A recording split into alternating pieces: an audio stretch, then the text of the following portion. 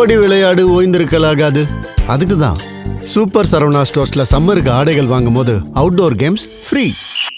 ஓடு ஆடு விளையாடு சூப்பர் சரவணா ஸ்டோர்ஸ் சம்மர் கோடையை கொண்டாடலாம். தமிழக தேர்தல் அரசியல் களத்தின் ஒவ்வொரு நகர்வுகளையும் தொடர்ச்சியாக விவாதித்து வரக்கூடிய நமது நியூஸ் போக்கஸ் தமிழ் சேனலை சப்ஸ்கிரைப் செய்து இணைந்திருங்கள்.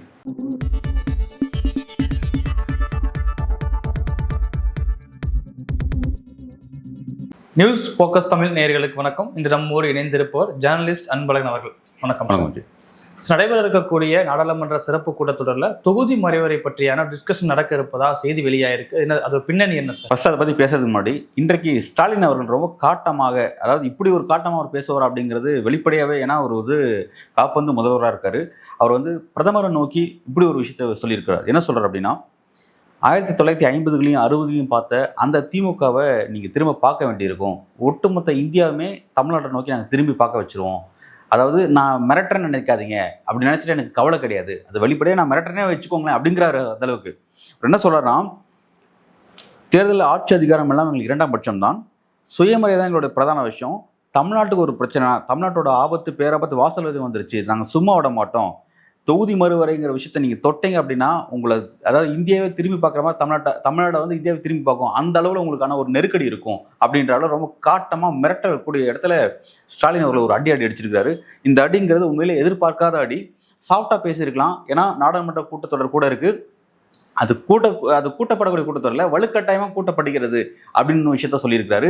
ஸோ தமிழ்நாட்டுடைய அரசியல் எதிர்காலத்தை பாதிக்கிற மாதிரி நீங்கள் ஏதாவது செஞ்சீங்க, எலெக்ஷன் ஒர்க்கில் அவங்க பிஸியாக இருப்பாங்க, இதை பற்றி கண்டுக்க மாட்டாங்க நீங்கள் நினச்சிங்க அப்படின்னா விளைவு ரொம்ப மோசமாக இருக்கும் அப்படின்ற அளவில் ரொம்ப காட்டமாக சொல்லியிருக்காரு. உண்மையிலே இப்படி ஒரு விஷயத்த பாஜகவை நோக்கியும், குறிப்பாக மோடியை நோக்கியும், அமித்ஷாவை நோக்கியும் ஒரு குரல் எழுப்பணும் அப்படின்னா உண்மையிலே அதுக்கு ஒரு தனி கட்ஸ் வேணும் அப்படின்னு நான் பார்க்குறோம். இந்த கட்ஸை தான் நம்ம இன்னைக்கு அரசியல், அதாவது பாஜக எந்த அளவுக்கு மோசமாக செயல்பட்டு இருக்காங்க, அவங்கள எதிர்க்க இங்கே யாருமே இல்லை, பெரியவர்கள் யாரும் எதிர்க்க மாட்டாங்கன்னு அப்படின்னு நம்ம தேடிட்டு இருக்கும்போது இப்படி ஒரு காட்டமான டோனில் ஒரு கான்ஸ்டியூஷன் பொசிஷனில் உட்காந்துக்கிட்டு ஒருத்தர் பேசுகிறாருன்னா அது உண்மையிலே இன்ட்ரெஸ்டிங்காக இருக்குது. உண்மையிலே பிரதான எதிர்க்கட்சி எடப்பாடி பழனிசாமி வாய் திறக்க மாட்டேங்கிறாரு. 400 மதச்சார்பற்ற அரசியல் செய்யக்கூடிய விஜய் அப்படிங்கிறவர் அங்கே ஸ்க்ரீன்லேயே இல்லை. ஆனால் இவங்க என்ன சொல்கிறாங்கன்னா, டிஎம்கேவும் பாஜகவும் கள்ளக்கூட்டணியில் இருக்குங்கிறாங்க. கள்ளக்கூட்டணியில் இருக்கக்கூடிய முதல்வர் ஸ்டாலின் அவர்களா இன்னைக்கு பாஜக நோக்கியும் குறிப்பாக மோடி நோக்கி இப்படி வார்த்தை பேசியிருக்காரு அப்படின்னா உண்மையிலே ஆச்சரியமா இருக்கு. இதை பற்றிலாம் விஜய் அவர்கள் இன்றைய தினம் திருப்பூர் கூட்டத்தில் பேசுறாரு அப்படிங்கிறது தெரியல, பேசுவார நம்ம வெயிட் பண்ணி பார்க்கலாம். இந்த அளவுக்கு ஒரு டோன் அப்படிங்கிறது ரொம்ப ஆச்சரியக்கூடிய டோன் தான். ஓகே, இப்போ நம்ம டீலிமிடேஷன் பற்றி பார்த்துருவோம். இது ஆக்சுவலாக சிறப்பு கூட்டத்தொடரே கிடையாது. ஆக்சுவலாக பட்ஜெட் செஷன் முடிஞ்சிருச்சு, 2 செஷனாக நடந்துச்சு, பட்ஜெட்டு முடிஞ்சிருச்சு. பட் திடீர்னு ஒரு கூட்டத்தை கூட்டியிருக்காங்க. இது வழக்கமான மரபில் இல்லை, நடைமுறையில் இல்லை அப்படிங்கிற விஷயமா தான் பார்க்குறோம். 16, 17, 18 சொல்லிட்டு 3 நாட்கள் கூட இருக்குது. இது குறித்து அனைத்து கட்சி கூட்டத்தை கூட்டி மோடி அவர்கள் பேசுகிறதா திட்டமிட்டிருந்தார். அதுக்கான விஷயங்களோட ஒரு பக்கம் போயிட்டுருக்கு. பட் பிரதான எதிர்க்கட்சிகள், காங்கிரஸ் உள்ளிட்ட கட்சிகள், திமுக உள்ளிட்ட கட்சிகள் என்ன சொல்கிறாங்கன்னா, இந்த செஷன்ஸ் நடைபெறக்கூடாது. ஏன்னா 5 மாநில தேர்தல் நடைபெறக்கூடிய நேரமாக இருக்குது. ஸோ 3 மாநில எலெக்ஷன் தான் முடிஞ்சிருக்கு. அதாவது 2 மாநிலம், ஒரு யூனியன் டெரிட்டரி பாண்டிச்சேரிக்கு முடிஞ்சிருக்கு. இன்னும் 2 ஸ்டேட்ஸ் எலெக்ஷன் பெண்டிங் இருக்குது. ஸோ எலெக்ஷன் முடிஞ்சதுக்கு பிறகு தான் நீங்கள் இதை கண்டக்ட் பண்ணணும் அப்படின்ற மாதிரியான விஷயத்தை வலியுறுத்துறாங்க. டே 1லேருந்தே சொல்கிறாங்க. ஆனால் அதை பற்றி கொஞ்சம் கூட காதலியை வாங்கிக்காம, நான் எடுத்ததான் சட்டம், நான் முடிவு பண்ணுறதான் சட்டம் அப்படின்ற அளவில் பிரதமர் மோடி பாஜக நகர்ந்து போயிட்டே இருக்காங்க. ஒரு பெரிய பிரச்சனை அது. இது அதை மறைக்கிறதுக்கு எந்த கேடயத்தை கொண்டு முன்னாடி வைக்கிறாங்க அப்படின்னா, பெண்களுக்கான 33% இடஒதுக்கீடை அமல்படுத்த போகிறோம் அப்படின்னு சொல்லியிருக்காங்க. இந்த செஷன் இருக்குல்ல, இந்த ஸ்பெஷல் செஷனுடைய நோக்கமே என்னன்னா, இதை முழுக்க பெண்களுக்கான அந்த இடஒதுக்கீடை அங்கே அமல்படுத்த போகிறோம் அப்படிங்கிறத சொல்கிறாங்க. அது பெண்களுக்கான இடஒதுக்கீட்டில் இப்போ நம்ம அதை பேச வேணாம், அதுக்கு ஒரு ஓரமாக வச்சுருவோம். பெண்களுக்கான இடஒதுக்கீடை பற்றி பேசணும்னு சொல்லி கேட்டீங்க அப்படின்னா அதில் எதை பற்றி பேசணும் அப்படின்னா, ஏன் பெண்களுக்கு 33% இடஒதுக்கீடுங்கிறதான் கேள்வி. ஏன்னா இன்றைக்கி ஆண்களுக்கு நிற்கிற பெண்களோட எண்ணிக்கை ரொம்ப உயர்ந்துட்டாங்க, ஈக்குவலாக இருக்காங்க. நீங்கள் 50% தான் உங்களுக்கு கொடுக்கணும், அதில் மாற்றுக்கிறதே கிடையாது. 50% தான் உங்களுக்கு கொடுக்கணும். நீங்கள் 33%ங்கிறது போங்காட்டம் தான் நான் பார்க்குறோம்.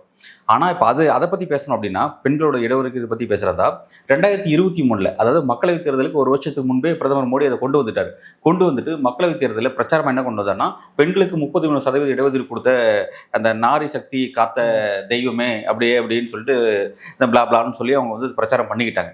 சரி, இது அமல்படுத்துறதா தான் நீங்கள் என்ன சொன்னீங்க, அன்னைக்கு நிறைவேற்றிட்டு பெண்களுக்கான 33% நாடாளுமன்றத்திலையும் சட்டமன்றத்திலையும் எப்போ நிறைவேறும் அப்படின்னா, அடுத்து இருக்கக்கூடிய மக்கள் தொகை கணக்கெடுப்பு, அந்த மக்கள் தொகை கணக்கெடுப்பு அடிப்படையாக வச்சு நடக்கக்கூடிய தொகுதி மறுவரையறை, அந்த மறுவரையறையில் பெண்களுக்கு 33% அமல்படுத்தவும் நீங்கள் சொன்னீங்க.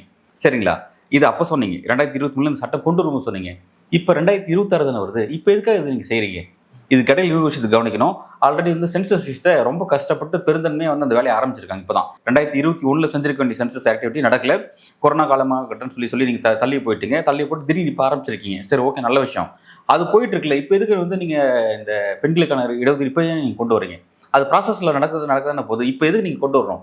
திட்டமிட்டு செய்யக்கூடிய இந்த நடவடிக்கை என்னன்னா, பெண்களுக்கான இடஒதுக்கீடு நான் கொண்டு வரேன்னு சொல்லி தன்னை, ஏன்னா 2023 அதை சொல்லிட்டு பிரச்சாரமாக செஞ்சார்.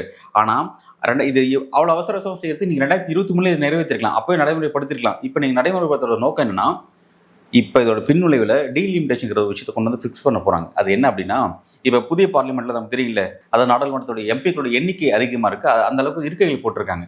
ஸோ அப்படி இருக்கும் பொழுது இப்போ இந்த திட்டம் இப்போ உங்கள் இதில் என்ன பிளான் வச்சுருக்காங்க அப்படின்னா, மக்களுடைய எண்ணிக்கையை வந்து நாடாளுமன்ற தொகுதியோட எண்ணிக்கையை 50% இன்க்ரீஸ் பண்ணுறது. அப்படியே அதாவது சென்சஸ் போகும். சென்சஸ் அடிப்படையில் அதாவது தொகுதியை வந்து எப்படி ஃபிக்ஸ் பண்ணும், ஒரு மாநிலத்தில் அல்லது இந்திய நாட்டில் லோக்சபா தொகுதிகளை எப்படி வரையறுக்கணும் அப்படின்னா, அந்த மாநிலத்தில் இருக்கக்கூடிய அந்த மக்களுடைய எண்ணிக்கையை பொறுத்து, மக்கள் தொகை எண்ணிக்கைக்கு ஏற்ப அங்கே வந்து அந்த இத்தனை மக்களுக்கு ஒரு ரெப்ரசன்டேஷன் அப்படின்ற மாதிரியான அப்படி தான் வகுக்கணும். அதுதான் வந்து டீலிமிட்டேஷனோட கமிஷன் வந்து அதுதான் வந்து கைட்லைன் கொடுக்குறாங்க. அப்படி தான் அமைக்கணும். ஆனால் இவங்க என்ன பண்ணுறாங்க அப்படின்னா, இப்போ எந்த விதிமுறையும் பின்பற்றாமல் 50% அப்படி இன்க்ரீஸ் பண்ண போகிறோம் அப்படிங்கிறாங்க.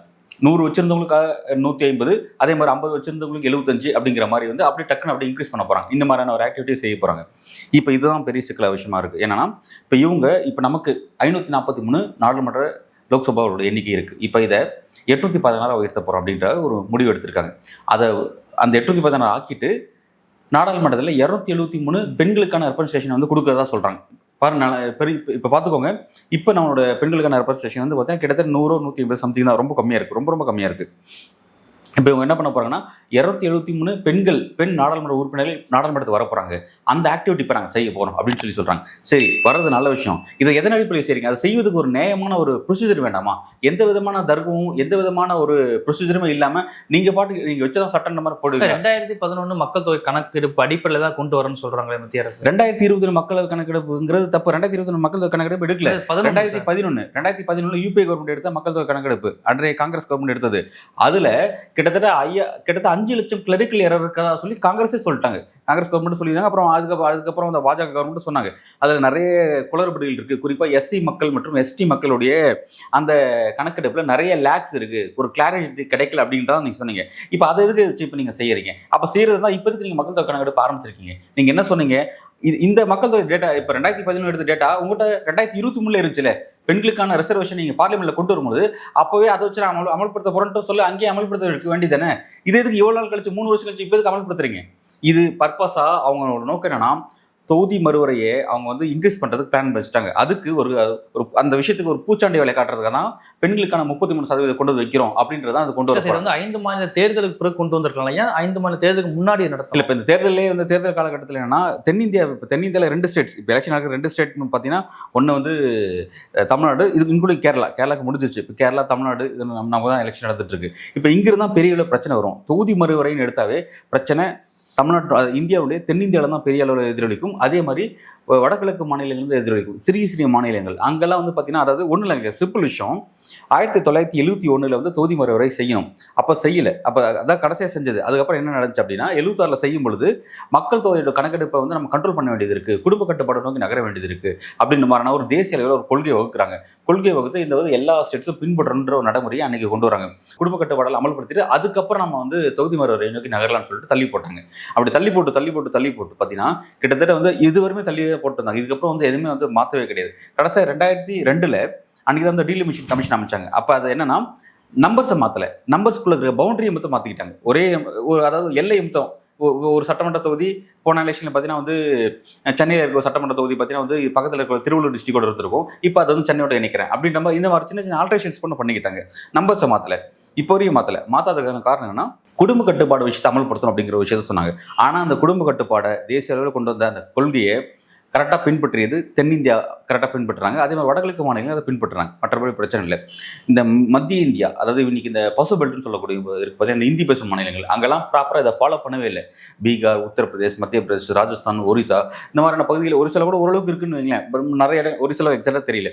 நிறைய இடங்கள் இது வந்து பின்பற்றவே இல்லை. அது கிளியராக தெரிஞ்ச விஷயம். ஸோ இப்போ என்னன்னா, இந்த தொகுதி மறுவரைங்கிற விவகாரம் எப்போ நடைமுறைக்கு நீங்கள் படுத்துறதுக்கு ஆரம்பிச்சாவே பாதிக்கப்படக்கூடியது யாராக இருக்க போகிறோம்னா தென்னிந்தியாவும் இந்த ஸ்டேட்ஸும் வடகிழக்கு மாநிலம் பாதிக்கப்பட போகுது. இதில் என்னன்னா தேசிய அளவில் நீங்கள் ஒரு கொள்கை கொண்டு வரீங்க, அந்த கொள்கையை சரியாக கடைபிடிச்சதுக்காக எங்களுக்கு கொடுக்குற தண்டனையா இது அப்படிங்கிறதான் இன்னைக்கு உங்களுக்கு ஒரு முக்கியமான விஷயம். அதாவது ரூல்ஸை ஃபாலோ பண்ணவங்களுக்கு தண்டனை, ரூல்ஸை ஃபாலோ பண்ணாமல் அவங்க பாட்டுக்கு அவங்க இஷ்டத்துக்கு வாழ்ந்தவங்களுக்கு கிரெடிட், அவங்களுக்கு வந்து நீங்கள் பரிசு பொருள் கொடுக்க போறீங்களா? இதுதான் இந்த இப்போ வந்து இதனுடைய தொகுதியிலும் மறுவரை நீங்கள் எடுத்தினாவே இது கற்பிக்கக்கூடிய ஒரே விஷயம் தான், நல்லவனுக்கு தண்டனை, கெட்டவனுக்கு பரிசு பொருள் அப்படின்ற மாதிரியான விஷயத்தை நீங்கள் கொண்டு வந்து நிறுத்துறீங்க. இதுதான் ஒரு பெரிய சிக்கலான விஷயம் மாறுது. இந்த விஷயத்தில் நீங்கள் பயப்பட வேண்டிய எதுவுமே கிடையாது. இன்னைக்கு வந்து பாஜகனுடைய தேர்தல் பொறுப்பாளராக, அதாவது என்டிஏனுடைய தேர்தல் பொறுப்பாளராக மத்திய வர்த்தகத்துறை அமைச்சர் பியூஷ் கோயல் இங்கே இருக்கிறார். வந்து இங்கே பிரச்சாரத்தில் போயிட்டு இருக்கு. இப்போ வந்து ஸ்டாலின் அவர்கள் நிறைய விஷயத்தை பின்பாயிண்ட் பண்ணி பேசுறார்.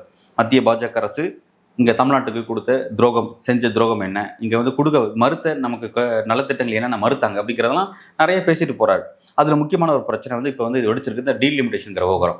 அதை அவர் எப்படி சொல்றாரு அப்படின்னா, ஜெயலலிதா உயிரோடு இருந்தால் இந்த டீலிமிட்டேஷன் வந்து இன்னைக்கு வந்து அலோவ் பண்ணியிருக்க மாட்டாங்க, கட்டாயமாக எதிர்த்திருப்பாங்க. நீட்டை எதிர்த்தவங்க, ஜிஎஸ்டி எதிர்த்தவங்க இதையும் எதிர்த்துருவாங்க அப்படின்னு சொல்லி இதை வந்து எடப்பாடி பழனிசாமி ஒரு அடி அடிக்கிறாரு. அதே மாதிரி அந்த கூட்டணி நாங்கள் தான் தலைமைன்னு சொல்லிட்டு இருக்கிறோம் பாஜகவும் ஒரு அடி அடிக்கிறாரு. ஸோ அது அப்படி வந்து கொண்டு வந்து நிறுத்துறாங்க. இப்போ பியூஷ் கோயல் என்ன சொல்கிறேன்னா, இது ஸ்டாலின் வந்து தேவையில்லாத பூச்சாண்டி வேலை கட்டுறாரு, பயப்படுத்துறாரு அப்படிலாம் எதுவும் இல்லைங்கிறாங்க. சிம்பிளாக நம்ம ஒரு கணக்கு போடுவோம். இப்போ இவங்க சொல்கிற கணக்கு, இப்போ 50% இன்க்ரீஸ் பண்ண போகிறீங்க சரியா? இப்போ தமிழ்நாட்டுடைய நாடாளுமன்ற தொகுதியோட எண்ணிக்கை எவ்வளோ? ஒரு 39 ப்ளஸ் பாண்டிச்சேரி சேர்த்து அது நம்மளோட சேர்த்துக்கலாம் 40ன்னு வச்சுக்கோங்களேன். யூபி உத்தரப்பிரதேசனுடைய உத்தரப்பிரதேசனுடைய நாடாளுமன்ற தொகுதியோட எண்ணிக்கை எவ்வளோ? 80 சரியா? இப்போ அப்படியே 50% இன்க்ரீஸ் பண்ணுறோம். இப்போ 50% இன்க்ரீஸ் பண்ண வேண்டாம், ஃபர்ஸ்ட்டு 40 யூபியில் 80, ரெண்டுத்துக்குமான வேரியேஷன் எவ்வளோ? 40. ரெண்டு பேருக்கும் வேரியேஷன் 40 இருக்கு லிமிட். ஓகே, இப்போ 50% நமக்கு இன்க்ரீஸ் பண்ணிட்டோம், யூபிக்கு 50% இன்க்ரீஸ் பண்ணிட்டோம். இப்போ நம்மளோட ஸ்ட்ரென்த் எவ்வளோ? 60 ஆயிடுச்சு. ஓகேவா? யூபியோட எவ்வளோ ஸ்ட்ரென்த் எவ்வளோ? 120 வரும். 120 ஆயிடுச்சா? 120க்கும் இப்போ நமக்கு இருக்க 60க்கும் வித்தியாசம் எவ்வளோ? எவ்வளோ? மோஸ்ட்லி 60 வித்தியாசம் இருக்கு நமக்கு. ஃபர்ஸ்ட் எவ்வளோ வித்தியாசம்? 40, இப்போ 60. டீலிமிட்டேஷன் செய்வதற்கு முன்பு யூபிக்கும் நமக்குமான வித்தியாசம் 40 தான், வெறும் 40 நாடாளுமன்ற தொகுதிகள் தான். இப்போ 60 அப்படின்னா கணக்கு பண்ண 20 எம்பிகள் கூடுறாங்க. உத்தரப்பிரதேசத்துக்கு கூடுதலாக 20 எம்பிகள் கிடைக்கிறாங்க, நமக்கு வந்து 20 எம்பிகள் குறைவாக கிடைக்கிறாங்க. ஃபர்ஸ்ட் அந்த வித்தியாசம் 40 இருந்துச்சு, இப்போ நீங்கள் அந்த வித்தியாசத்தை அதிகப்படுத்துறீங்க. இது கேரளாக்கு எடுத்துக்கோங்க. கேரளாக்கு வந்து 20 நாடாளுமன்ற தொகுதிகள், கேரளாக்கு வந்து 20 எம்பிகள் வச்சுக்கோங்க. இப்போ வந்து அதே மாதிரி உத்தரப்பிரதேசத்துக்கு 80 எம்பிகள், ரெண்டு பேருக்குமான வித்தியாசம் எவ்வளோ? அங்கே 80 இங்கே 20, 60 வித்தியாசம். 20 அங்கே 80, 60. இப்போ கேரளாக்கு நீங்கள் 50% இன்க்ரீஸ் பண்ணும்பொழுது வந்து இப்போ 30 ஆயிடுச்சு, அங்கே 120 ஆயிடுச்சு, ரெண்டு பேருக்கு வித்தியாசம் 90 ஆயிடுச்சு. ஸோ வந்து ஃபர்ஸ்ட் வித்தியாசம் எவ்வளோ? 60, இப்போ 90, 30% வித்தியாசம் வருது, 30 எம்பிக்கள். நல்லா கணக்கு பட்டுவோம். சரி, இப்போ தென்னிந்தியா எடுத்துக்கோங்க. தென்னிந்தியா தமிழ்நாடு 39, பாண்டிச்சேரி சேர்த்து 40, கேரளா 20, தெலுங்கானா 17, கர்நாடகா 28, பிறகு ஆந்திர பிரதேஷ் 25. ஓகேவா? அவ்வளோதான்.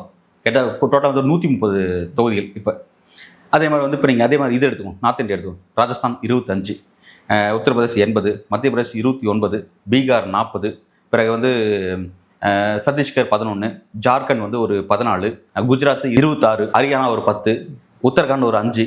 கணக்கு போட்டுக்கோங்க. இல்லை ஓவராலாக கணக்கு போட்டிங்கன்னா கிட்டத்தட்ட வந்து 309 தொகுதியில் வருது. இது எப்போ இந்த தென்னிந்தியாவுக்கு நமக்கான ஸ்ட்ரென்த் எவ்வளோ? நம்ம வந்து நமக்கு 130 இருக்கும், அங்கே 309 இருக்காங்க. நம்ம இன்னும் நார்த்துக்கு போல, ஜம்மு அண்ட் காஷ்மீர் அந்த பக்கம், இமாச்சல் பிரதேஷ் அதெல்லாம் போல, அதே மாதிரி வடகிழக்கு போல. சரிங்களா? இன் பிட்வீனில் தான் இருக்கிறதா பார்த்துட்டு இருக்கோம். சரியா? இதில் மகாராஷ்டிரா விட்டுட்டோம். மகாராஷ்டிரா சேர்த்தா 48. எஸ், மகாராஷ்டிரா 48, பெரிய ஸ்டேட்டு. ஓகே, இப்போ வந்து இது 309, நமக்கு 130 நமக்கு. ஓகேவா? இப்போ இந்த 50% ரிசர்வேஷன் அமல்படுத்துறதுக்கப்புறம் நம்மளோட ஸ்ட்ரென்த் எவ்வளோ தெரியுமா? 195. சரியா?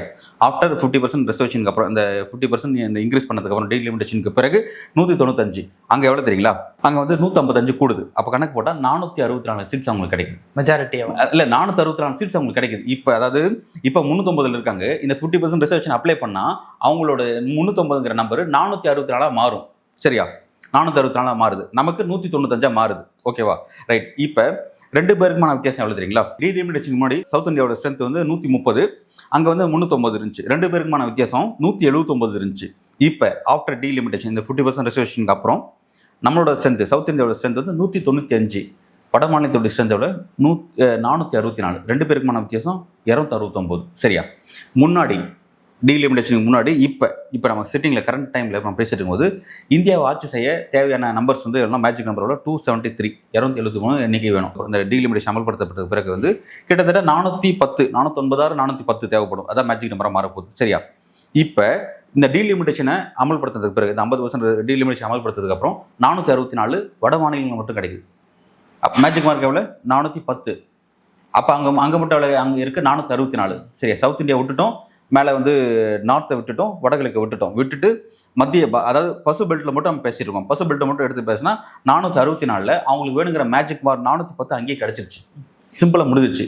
ஸோ இப்போ இவங்களோட திட்டம் என்னன்னா, இந்த விஷயத்தை எப்போ அமல்படுத்த போகிறாங்கன்னா, இப்போ பெண்களுக்கான ரிசர்வேஷன் கொண்டு வந்துட்டு 50% டீலிமிட்டேஷனை ஏன் அமல்படுத்துறாங்கன்னா, மோடிக்கு அவருடைய பிம்பம் குறைய ஆரம்பிச்சிருச்சு, தேஞ்சிருச்சு. வளர்ப்பிள்ளைங்கிறது தேய்பிரை ஆயிடுச்சு. 2014 283 நினைக்கிறேன் இண்டிவிஜுவல் மெஜாரிட்டி, 2019 வந்து 303, அது ஒரு individual majority. In first time 2024 மக்களவை தேர்தலில் 241க்கு வந்துட்டாங்க. ஃபர்ஸ்ட் டைம் வந்து மெஜாரிட்டி இறந்துட்டாங்க அப்படிங்கிறத பார்க்குறோம். ஸோ வந்து இது இப்படியே போச்சுன்னா அடுத்த எலெக்ஷனில் நிச்சயமாக இதோட சரிவு தான் நோக்கி போகும். இது வந்து பாசிட்டிவ் நோக்கி மாறாது. ஸோ வந்து அதை மாற்றி அமைக்கணும் அப்படின்னா என்ன யுத்தியை கையாளணும் அப்படின்னா, இப்போ 2029 மக்களவை தேர்தல் நடக்கிறது இன்னும் 3 வருஷம் இருக்குது. இப்போவே எவ்வளோ விழிப்போடு அவங்க என்ன பண்ணுறாங்கன்னா, 50% ரிசர்வேஷனை கொண்டு வருவோம், நாடாளுமன்ற தொகுதியோட எண்ணிக்கை உயர்த்தி நமக்கு வேணுங்கிற விஷயத்த பசுபெட்டில் தான் நமக்கு வேணுங்கிறத எடுத்துப்போம். அங்கே தான் நம்மளோட வாக்குகள் நம்மளோட வாக்கு வங்கியை தயார்படுத்தி நம்ம வந்து வெற்றி பெற்று நகர்ந்துருவோம். இதுக்கு நம்ம என்ன பண்ண போகிறோம்? இதை யாராவது கேள்வி கேட்டாங்கன்னா, கேள்வி கேட்குறவங்கள நம்ம வந்து அவங்கள சிறுமைப்படுத்தணும், அவங்கள வந்து எதிர்கேள்வி வைக்கிறதுக்காக கேள்வி கேட்க வரவங்க எல்லாருமே இவங்க பெண்களோட இடஒதுக்கீடு எதிராக இருக்காங்க அப்படின்ற விஷயத்த நெரேட்டிவ் கொண்டு வந்து செட் பண்ணணும் அப்படிங்கிறதுக்காக தான் இதை பர்பஸாக செட் பண்ணி இந்த அரசியலை செஞ்சுட்டு இருக்காங்க. இது முழுக்க பார்த்தீங்கன்னா அவங்க 2029 தங்களுடைய பொலிட்டிக்கல் எதிர்காலத்தை பாதுகாக்கிறதுக்கான நடவடிக்கை. இதுக்கு யாரை பயன்படுத்தினா பெண்களை பயன்படுத்தி ஒரு அரசியல் செஞ்சுட்டு இருக்காங்க. இது ஒரு மலிவான அரசியல், இது கட்டாயமாக எதிர்க்க வேண்டிய அரசியல். சவுத் இந்தியாவும் வடகிழக்கு மாநிலமும் மிகப்பெரிய உள்ள பாதிக்கப்பட போகிறது. அந்த பாதிப்பை தடுக்கக்கூடிய ஆக்டிவிட்டியை கட்டாயமாக செய்யணும். இப்போ தமிழ்நாட்டில் இப்போ நீங்கள் கேட்டிங்களா, இப்போ ஏன் நம்ம இந்த பிரச்சனை நமக்கு இந்த நேரத்தில் எடுக்கிறாங்கன்னா, தமிழ்நாடு வந்து ஏற்கனவே நம்ம பார்த்துருக்கோம். அதாவது ஸ்டாலின் அவர்கள் சரியாக ஒரு 1.5 ஆண்டுகளுக்கு முன்பு வந்து கிட்டத்தட்ட 8 மாநில முதல்வர்களை கூட்டி இந்த விஷயத்துக்கு எதிராக ஒரு பெரிய ஒரு கூட்டத்தை தென்னிந்தியா, அதாவது 8 மாநிலம், பஞ்சாப்லேருந்து வந்தாங்க, கேரளாவிலேருந்து, தெலுங்கானாலேருந்து, கர்நாடகாலேருந்து, கிட்டத்தட்ட எல்லா ஒரு 8 ஸ்டேட்ஸ்லேருந்து வந்தாங்க. எல்லாரையும் வச்சு ஒரு பெரிய ஒரு டீலிமிட்டேஷனுக்கு எதிராக சவுத் இந்தியா அப்புறம் வந்து மற்ற பாதிக்கப்படக்கூடிய ஸ்டேட்ஸ் அப்படின்ற மாதிரி எல்லாரையும் ஒருங்கிணைச்சு ஒரு பெரிய விஷயத்தை அவர் செஞ்சார். இது ஒரு முக்கியமான விஷயம். காங்கிரஸ் நான் நம்ப முடியாது. காரணம் என்ன தெரியுங்களா? ஏன்னா பல இடங்களில் காங்கிரஸ் வாக்கு வங்கி அதிகமாக இருக்குன்னா வட மாநில காங்கிரஸும் ஸ்ட்ராங் தானே. அப்படி இருக்கும் அவங்களும் வரமாட்டாங்க. இதுல இருந்து யார் ஒன்றியணும் அப்படின்னா, இதுல கட்சி வேறுபாடு பார்க்காம எந்தெந்த ஸ்டேட்ஸ் எல்லாம் பாதிக்கப்பட போது அவங்க எல்லாருமே ஒன்றியணும். காங்கிரஸ் எதிர்த்து இருக்காங்க. சோனியா காந்தி அது இன்ட்ரெஸ்டிங் டைமென்ஷன் தான். ஏன்னா அவங்க வந்து அதை பண்ண நேர்மையா இருக்காங்க நம்ம பாக்குறோம். ஏன்னா அடிப்படையில் பார்த்தீங்கன்னா இந்த பிரச்சனை எழுவும் போது காங்கிரஸ் கொஞ்சம் சைடு போயிடுவாங்க. ஏன்னா அவங்க ஸ்டேட்ஸ் வந்து அவங்களுக்கு நம்பர்ஸ் இன்க்ரீஸ் ஆகுது இல்லையா? ஸோ வந்து அதை எதிர்த்தானா அப்போ அந்த ஸ்டேட்ஸ்ல என்ன உள்ளுக்குள்ள எப்படி பிரச்சனை இருக்குன்னா, பாருங்க நமக்கு அரசியல் எதிர்க்கிறாங்க கிடைக்கிறத காங்கிரஸ் தடுக்குது, இது லோக்கல்ல பிரச்சாரமா செய்வாங்க. ஸோ அந்த ஒரு வாய்ப்பை பாஜக கொடுக்கக்கூடாது அப்படிங்கிறதுக்காக கூட காங்கிரஸ் வந்து சைலண்டா போற மாதிரி போக்கு இருந்துச்சு. ஆனா வெளிப்படையாக வந்து நீங்க சொன்ன மாதிரி சோனியா காந்தி அவர்கள் முடியாமல் ஹாஸ்பிட்டலில் படுத்திருந்தாங்க. இப்போ தான் சிகிச்சை முடிஞ்சு வந்து நேற்றைய தினம் ஹிந்து ஆங்கில செய்தித்தாள ஒரு கட்டுரை எழுதியிருந்தாங்க. ரொம்ப விரிவாகவே இந்த பிரச்சனை வந்து எந்த வகையிலும் பெண்களுக்கான விவகாரம்லாம் கிடையாது, இது முழுக்க தொகுதி மறுவரைங்கிற ஒரு அரசியல் ரீதியான ஒரு காய் நகர்த்தல் அப்படிங்கிற விஷயத்த ரொம்ப அழகாக விவரிச்சு எழுதியிருந்தாங்க. சிம்பிளாக இதுதான் பிரச்சனை, நம்ம இதை நோக்கி தான் நம்ம திங்க் பண்ணணும். இது வந்து உண்மையிலே இந்த நேரத்தில் ஸ்டாலின் அவர்கள் வைக்கக்கூடிய இந்த பிரச்சாரம் ரொம்ப முக்கியமானது, ரொம்ப வேலிடானது. இது ஏன்னா இப்போ நாளை மறுநாள் வந்து பார்லிமெண்ட் போட போகுதுங்க, நாளை 2 நாள் இது சட்டமாக போகுதுங்க. அப்படி இருக்கும்போது இப்போ இவங்கெல்லாம் தமிழ்நாட்டில் இருக்கக்கூடிய எல்லாருமே இங்கே பிரச்சாரத்தில் இருக்காங்க. கிட்டத்தட்ட 40 எம்பிக்களும் இங்கே பிரச்சாரத்தில் உள்ளுக்குள்ள பொலிட்டிக்கல் செஞ்சுட்டு இருப்பாங்க. ஸோ இப்போ 40 பேர் அங்கே போக வேண்டிய நெருக்கடிக்கு தள்ளப்படுவாங்க. ஸோ இது வந்து தேவையில்லாத ஒரு பதட்டம், தேவையில்லாத ஒரு விஷயம். இங்கே நம்ம ஃபோக்கஸ் பண்ணுவோம், நம்ம அங்கே ஃபோக்கஸ் பண்ணுவோம். நம்மளோட கவனத்தை திசை திருப்பக்கூடிய நடவடிக்கை அதை செய்கிறாங்க. இது முழுக்க அவங்க அடுத்த 3 வருஷத்துக்கு அப்புறம் நடக்கக்கூடிய பிரச்சனையை உணர்ந்து இப்போவே சரி பண்ணக்கூடிய இடத்துக்கு நகர்ந்துட்டு இருக்காங்க. கட்டாயமாக இதில் பாதிக்கப்படக்கூடிய எல்லா ஸ்டேட்ஸும் ஒரு புள்ளியில் இணைஞ்சு இது எதிர்த்தாகணும். இல்லாட்டி நம்மளுடைய பொலிட்டிக்கல் கேரியருங்கிறது காலியாயிடும் அப்படிங்கிறது மறுக்க முடியாத ஒரு விஷயமா பார்க்கலாம். இதை ஒட்டி கூட பிரதமர் அவர்கள் வந்து கடிதம் எழுதியிருக்காரு. கடிதத்தில் என்ன சொல்றாரு அப்படின்னா, மகளிருக்கான இடஒதுக்கீடு வந்து அமல்படுத்துறதுக்கான நேரம் வந்துடுச்சு, குறிப்பாக 2029 கண்டிப்பாக அமல்படுத்தி ஆகணும், அதுக்கு நேரம் இது ஏன் மென்ஷன் பண்றாரு?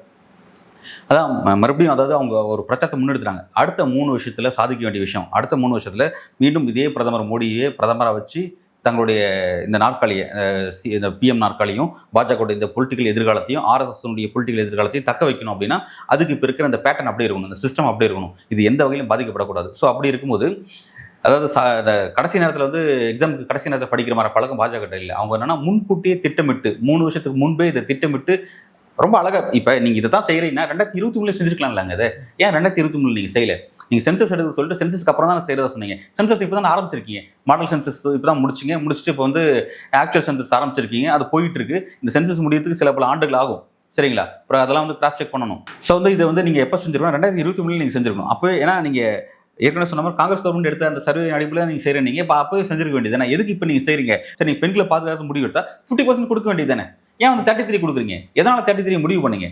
இதில் இன்னொரு பிரச்சனை இருக்குது, அதையும் சோனியா காந்தி குறிப்பிடுறாங்க. இப்போ பெண்களுக்கு நீங்கள் 33% கொடுத்தீங்கன்னா அந்த 33% பயன்பெறக்கூடியது எந்த பெண்கள் அப்படின்னு பார்த்தா ஃபார்வர்ட் காஸ்ட்ல வர பெண்கள் தான் அவங்க தான் அனுபவிப்பாங்க. இன்னும் வந்து பார்த்தீங்கன்னா வந்து எஸ்சி எஸ்டி மக்கள் வந்து அதில் இருக்கக்கூடிய பெண்களுடைய கல்வி எதிர்காலம் மிகப்பெரிய அளவில் இருக்குது. அவங்க அரசியல் விட்டு ரொம்ப அப்புறப்படுத்தி நிற்கிறாங்க. அவங்க வந்து பெரிய இப்போ வந்து ஃபார்வர்டாக திங்க் பண்ணுறதுல பார்த்தீங்கன்னா வந்து எப்பயும் ஃபார்வர்ட் காஸ்ட் வந்து எப்பயும் அவங்க எல்லாத்தையும் டாமினேட் பண்ணுவாங்க. எப்படி வந்து ஓவராலாக பார்க்கும்போது ஆண்கள் டாமினேட் பண்ணுறாங்க. அதே மாதிரி பெண்களுக்குன்னு ஒரு கிரவுண்ட் கொடுத்தீங்கன்னா அந்த இடத்துல யார் டாமினேட் பண்ணுவாங்க? ஃபார்வர்ட் காஸ்ட்ல இருக்க பெண்கள் தான் டாமினேட் பண்ணுவாங்க. ஏன்னா அவங்களுக்கு தான் கல்வி எட்டி இருக்கு. இந்த விஷயத்தை அவங்க தான் நுணுக்கத்தை புரிஞ்சுப்பாங்க.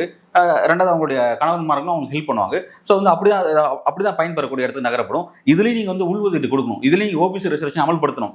ஓபிசி அமல்படுத்தி இதுல இருந்து எஸ்சி எப்படி நீங்கள் வந்து 51+49 பிரித்து வச்சிருக்கீங்களோ அதே மாதிரியான ரிசர்வேஷனை இதுலேயும் அமல்படுத்தணும். இல்லாட்டி இது வந்து நீங்கள் கொடுத்த மாதிரி இருக்கும். அது வழக்கம் போல வந்து ஒரு என்ன சொல்றது, பெண்கள் எளிமையாக கீழ்மட்டத்தில் இருக்கக்கூடிய ஒடுக்கப்பட்ட தலித் மக்கள் வந்து பயன்பெறுவதற்கு பதிலாக ஆதிக்க சாதியை சேர்ந்த பெண்களே பயனடையக்கூடிய ஒரு சூழலுக்கு தள்ளப்படும். அதையும் மாற்றி அமைக்கணும். அதை பற்றிலாம் பேசலை. அதை பற்றிலாம் பேசணும். ஓவரால் 50% பெண்களுக்கு கொடுக்கணும். 33ங்கிறது அதுவே ஒரு பாரபட்சம். அது நீங்கள் எதுக்கு அவங்க எடுத்து கொடுக்குறீங்க, பிச்சு கொடுக்குறீங்க? நீங்கன்னா உங்ககிட்ட அதிகம் இருக்கிற நீங்கள் பிச்சு கொடுப்பீங்களா? நீங்கள் ஸ்ட்ரென்த் மக்கள் தொகை கணக்கெடு எடுங்க. பெண்களுக்கு 50% கொடுக்குமா, 30% கொடுக்குமா? இல்லை மக்கள் தொகையில் பெண்களோட ஸ்ட்ரென்த் கம்மியாக இருந்துச்சுன்னா 10% கூட கொடுத்துட்டு போங்க. என்ன ஃபேக்டர்? நீங்கள் எதுக்கு தனியாக நம்பர் எடுத்து ஃபிக்ஸ் பண்ணுறீங்க? எதனால் 33 ஃபிக்ஸ் பண்ணுறீங்க? இதே கேள்விக்குறியான விஷயம். சரி, ஓகே, இதெல்லாம் வந்து இப்போ பெரிய விவகாரம். இந்த ரிசர்வேஷன் நம்ம அப்புறம் வச்சுப்போம். டீலிமிட்டேஷன் பிரச்சனை பற்றி பேசுங்க. இதை வந்து முழுக்க தங்களுடைய அரசியல் ரீதியாக அதான் இது ஒரு பெரிய பிரச்சனை, இது பிரச்சனையே இல்லைன்னு சொல்லி ஒரு முழு பூசணிக்காக சோத்துல மறைக்கக்கூடிய ஆக்டிவிட்டியை பாஜக செஞ்சுட்டு இருக்காங்க. அதை ஸ்டாலின் அவர்கள் இந்த பிரச்சாரத்தில் அம்பலப்படுத்துறாரு. இதில் என்னன்னா, எடப்பாடி பழனிசாமி வாயை திறந்து பேசாமல் அவர் ரொம்ப சைலண்டாக இருக்கிறாரு. ஏற்கனவே பார்த்தீங்கன்னா அவருக்கு நெருக்கடி அதிகமாகுது. அவரால் இந்த பிரச்சாரத்தை எதிர்கொள்ள முடியல. நிறைய தனி மனித தாக்குதல் எல்லாருமே நடக்குது. மாற்றி உதயநிதி ஸ்டாலினும் தனி மனித தாக்குதல் செய்கிறாரு. ஸ்டாலின் அது ஒரு மாதிரி நாகரிகமற்ற முறையில் கனிமொழியும் செய்கிறாங்க. ஒரு மாதிரி தான் போகுது. சரி, அதெல்லாம் ஒரு பக்கம் வச்சுக்கோங்க. ஆனால் எடப்பாடி பழனிசாமி நோக்கி வைக்கக்கூடிய கேள்வி என்னன்னா, பாஜக இவ்வளோ பிரச்சனைகள் செஞ்சுட்டு இருக்கு, இவ்வளோ இடத்துல செஞ்சுட்டு தமிழ்நாட்டோடைய எதிர்காலத்தை மற்ற இன்னும் பல்வேறு விஷயத்துல நமக்கு ஸ்கீம்ஸ் கொடுக்காம நம்மளை வந்து ஓரவஞ்சனை நடத்துறதெல்லாம் நம்ம நிறைய விஷயம் செஞ்சுட்டே இருக்காங்க. அதெல்லாம் அவ்வளோ பிரச்சனை வச்சுட்டு நம்ம வந்து இதை எதிர்த்து போயிட்டு இருக்கோம். இதில் என்னன்னா, உங்களை எடப்பாடி பழனிசாமியை பலவீனமான தலைவர் அப்படின்ற மாதிரி தான் டிஎம்கே போர்ட்ரேட் பண்ணுறாங்க. நீங்கள் அதை உடைக்கிற விஷயத்தை எப்போ செய்வீங்க? நீங்கள் நான்லாம் அப்படிலாம் கிடையாது, பாஜக கட்டுப்பட்டவன் நான் கிடையாது அப்படின்றதான் நீங்கள் எப்போ செய்வீங்க? இப்போ நீங்கள் பாஜக ஒரு சிம்பிள் விஷயம் கேட்குறேன். இந்த அலைன்ஸ் இந்த என்டிஏ அலைன்ஸ், அதாவது அதிமுக பாஜக உருவானது எப்படின்னா வந்து போன வருஷம் ஏப்ரல் மாதம் நினைக்கிறேன், ஐடிசி ஹோட்டலில் அமித்ஷா வந்து வேகமாக வந்து அந்த அலைன்ஸ் உருவாக்குனார். உருவாக்கும் பொழுது அங்கே ஒரு கேள்வி கேட்கப்பட்டுச்சு, எப்படி நீங்கள் இணைஞ்சு பயணிப்பீங்க, எப்படி இந்த விஷயங்கள்லாம் செய்வீங்க அப்படின்னு சொல்லி ஒரு கேள்வி கேட்கும் பொழுது அவர் என்ன சொன்னார் அப்படின்னா, மினிமம் ப்ரோக்ராம் வந்து நாங்கள் அமைப்போம், குறைந்தபட்ச செயல்திட்டத்தை ஒன்று போடுவோம் அப்படின்னு சொல்லி சொன்னாங்க. எலெக்ஷனுக்கு இன்னும் 10 நாள் கூட இல்லை. நம்மளுக்கு தமிழ்நாட்டோட சட்டப்பேரவையில் இன்னும் 10 நாள் கூட இல்லை. இப்போ வரையும் எங்கே அந்த காமன் மினிமம் ப்ரோக்ராம் எங்கே போச்சு? உங்களுடைய குறைந்தபட்ச செயல்திட்டம் என்ன? திருப்பரங்குன்ற விஷயத்தில் பாஜக இப்பவும் அதோட பாஜக தேசிய தலைவராக இருக்கக்கூடிய நிதின் நபீன் அவர்கள் வந்து பிரச்சாரம் செஞ்சுட்டு இருக்காரு. திருப்பரங்குன்றத்தில் விளக்கேற்றுவேன். அவர் இன்னைக்கு என்ன சொல்றாரு அப்படின்னா, திரும்ப வந்து அதாவது நாங்கள் தேர்தல் வாக்குறுதி, பாஜக தேர்தல் வாக்குறுதி நம்ம பேசிட்டு இருக்கு. இந்த நேரம் பாஜக தேர்தல் வாக்குறுதி வெளியாகிட்டு இருக்கு. அதில் அவங்க என்ன சொல்றாங்க அப்படின்னா, சிலிண்டர் கொடுப்பேன், அதை கொடுப்பேன், இது கொடுப்பெல்லாம் விடுங்க. இப்பவும் பார்த்தீங்கன்னா பாரம்பரியப்படி திருப்பரங்குன்றத்தில் ஏற்றப்பட்ட அந்த விளக்கு கட்டாயம் ஏற்றப்படும். அது தேர்தல் வாக்குறுதி கொடுத்துருக்காங்க. இது யார் கேட்டாங்க உங்கள்கிட்ட? எந்த அளவுக்கு ரேடிக்கலாக அவங்க போகிறாங்க? அவங்க பாலிட்டிக்ஸ் ரொம்ப மோசம் போயிட்டு இருக்கு. இவ்வளோ பெரிய ஒரு மத அச்சுறுத்தல் தமிழ்நாட்டுக்கு காத்திருக்கு. இந்த விஷயத்தில் உங்களுடைய குறைந்தபட்ச செயல் திட்டத்தை வச்சு இந்த விஷயத்தில் என்ன நீங்கள் தொடக்கூடாது, எங்களுக்கு இந்த விஷயத்தில் இந்த விஷயம் எங்களோட மும்மொழி கொள்கையா, மொழிக் கொள்கையில் எங்களோட விஷயம் தான் இருக்கும் அப்படிங்கிறதோ, இல்லை வந்து மாநில நிர்வாக சம்மந்தப்பட்ட விஷயத்தில் இந்த விஷயம் எங்கள் அளவுக்குள்ள தான் இருக்கும், இதில் நீங்கள் வரக்கூடாது அப்படிங்கிறதோ எங்கே நீங்கள் பின்பற்ற போகிறீங்க? எங்கே உங்களோட காமன் நீங்கள் ப்ரோக்ராம் எங்கே இருக்குது? எலெக்ஷனே முடிய போதே. ஸோ வந்து நான் அடிமை கிடையாது அப்படி தொண்டர்களை பார்த்து கேட்குறீங்க பிரச்சாரத்தில், நான் அடிமையா? ஒரு தொண்டை கூட பாஜக அடிமை கிடையாதுங்கிறீங்க. ஆனால் மொத்த கட்சியுமே சொன்ன மாதிரி அடகு தான் வச்ச மாதிரி தான் நீங்கள் உட்காந்துட்டு இருக்கீங்க. இப்போவே இது இப்படி இருக்கு. மேபி அதிமுக வெற்றி பெற்று, அந்த அலைன்ஸ் வெற்றி பெற்று ஆட்சி அமைஞ்சதுன்னா இவங்க வச்ச பிரச்சாரமாக தான் இருக்கும் போது அது வந்து இப்போவே எதிர்த்து பேசாதவங்க ஆட்சி அமைஞ்சதுக்கப்புறம் எப்படி எதிர்த்து பேசுவாங்க, எப்படி வந்து பாஜக எடுத்து ஃபைட் பண்ணுவாங்க இவங்க? ஏடிஎம்கே சொல்கிறேன். ஏன்னா அவங்க கொண்டு வர திட்டங்களும் அவங்க கொண்டு வரக்கூடிய அரசியல் காய் நகரத்திலும் ரொம்ப ஆபத்தானதாக இருக்குது. ஸோ வந்து அதை எதிர்த்து நீங்கள் எப்போ ஃபைட் பண்ண போகிறீங்க? இது ரொம்ப விசித்திரமான பேட்டர்னாக போயிட்டுருக்கு. உண்மையிலே இந்த பாஜகவுடைய அவங்களுடைய தொலைதூர அரசியல் கணக்குகள், அந்த ஆர்எஸ்எஸ் அரசியல் கணக்குகள் நம்ம பார்க்கும் பொழுது அதை எதிர்க்க வலிமையான ஒரு அரசியல் அமைப்பு தமிழ்நாட்டில் வேணும். அது இருந்தால் மட்டும்தான் வந்து தமிழ்நாட்டுடைய இந்த செக்குலரிசம் அப்படிங்கிற அந்த விஷயங்கள் வந்து இப்படியே இருக்கும். மற்றபடி இல்லாட்டி அது தமிழ்நாட்டுடைய எதிர்காலத்துக்கு மிகப்பெரிய ஒரு கேள்விக்குறியாக வரும். அதை தடுக்கிறதுக்கு ஒட்டுமொத்த தமிழகம் எழுந்துச்சு போராட்ட ஒரு களத்துக்கு தள்ளப்படும். அந்த ஒரு இடத்துக்கு தான் மாறப்போகுது. இது அப்படி மாறப்போகுது என்னங்கிறத வரும் நாட்களை பொறுத்து தான் பார்க்கணும். ஓகே சார், இவ்வளோ நேரம் நிகழ்வு கலந்து கொண்டு பல்வேறு கருத்துக்களை பயன்படுத்தி நன்றி சார். நன்றி.